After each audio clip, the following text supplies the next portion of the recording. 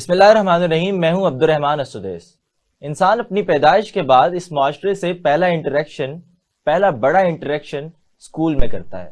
School کے بعد college کے بعد یونیورسٹی، اور یوں تمام مدارج طے کرنے کے بعد انسان معاشرے میں عملی قدم رکھتا ہے.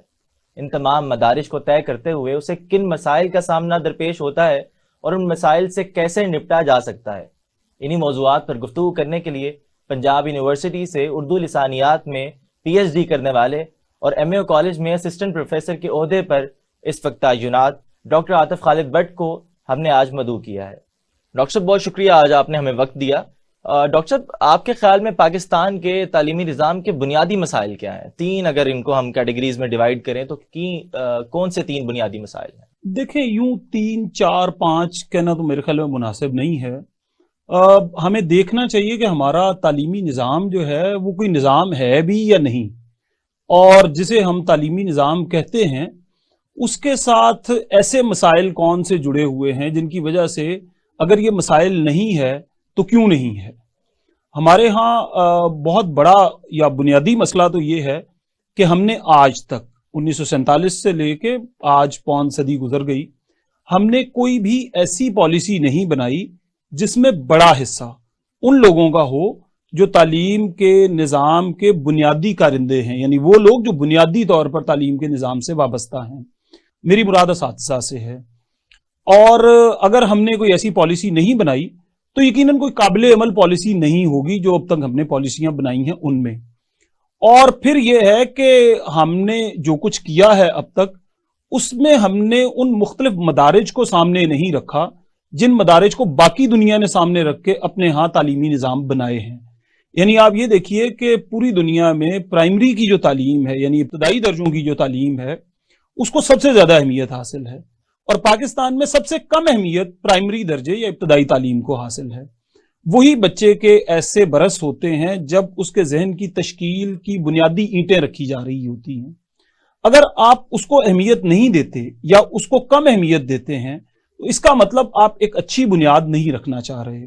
آپ کی بات کاٹتے ہوئے ایک مسئلہ جو شاید یونیسیف بھی جس کی نشاندہی کرتا ہے کہ 22.8 ملین پاکستانی بچے جن کی عمر 5 سے 16 سال کے درمیان ہے وہ آج بھی اسکولوں سے باہر ہیں. کیا آپ اسی طرف نشاندہی کرنا چاہ رہے ہیں کہ یہی مسئلہ ہے کہ بچے اسکول سے باہر ہیں، یا جو اسکول میں بچے پڑھ رہے ہیں زیر تعلیم ہے کیا ان کا بھی کوئی مسئلہ ہے؟ نہیں، دیکھیں، جو بچے اسکول سے باہر ہیں ان میں ایک بڑی تعداد ایسے بچوں کی ہے جو اسکول آئے تھے اور پھر چلے گئے گھروں کو واپس، یعنی انہوں نے تعلیمی نظام کو چھوڑ دیا. ایسے بچوں کو ڈراپ آؤٹس کہا جاتا ہے. تو یہ جو ڈراپ آؤٹس کے مسائل ہیں یہ الگ سے ہیں. جو بچے اسکولوں کے اندر موجود ہیں ان کے بہت سے مسائل ہیں. میں یونیورسٹی کے درجے کے کالج میں پڑھاتا ہوں تو مجھے پتا ہے کہ ہمارے ہاں 10ویں جماعت یا جسے عرف عام میں میٹریکولیشن کہتے ہیں، اس کے مرحلے سے گزرنے کے بعد جو بچے آتے ہیں وہ کتنے تیار ہوتے ہیں کالج یا یونیورسٹی کے درجے پہ تعلیم حاصل کرنے کے لیے. تو مسئلہ صرف وہ بچے نہیں ہیں جو اسکولوں سے باہر ہیں، بہت بڑا مسئلہ یا بہت سے مسائل ان بچوں سے بھی جڑے ہوئے ہیں جو بچے اسکولوں کے اندر پڑھ رہے ہیں. اور ان کے مسائل کو سمجھنے کے لیے میں پھر یہی کہوں گا کہ ہمیں ایسے لوگوں کی ضرورت ہے جو تعلیمی نظام کے بنیادی کارندے ہیں. ہم بنیاد کی اینٹ صحیح نہیں رکھ رہے اور توقع یہ کر رہے ہیں کہ اس کے اوپر جو عمارت بنے گی اسے بالکل ٹھیک ہونا چاہیے. فارسی میں کہتے ہیں کہ خشتے اول چن نہد معمار کج تا سریا می رود دیوار کج.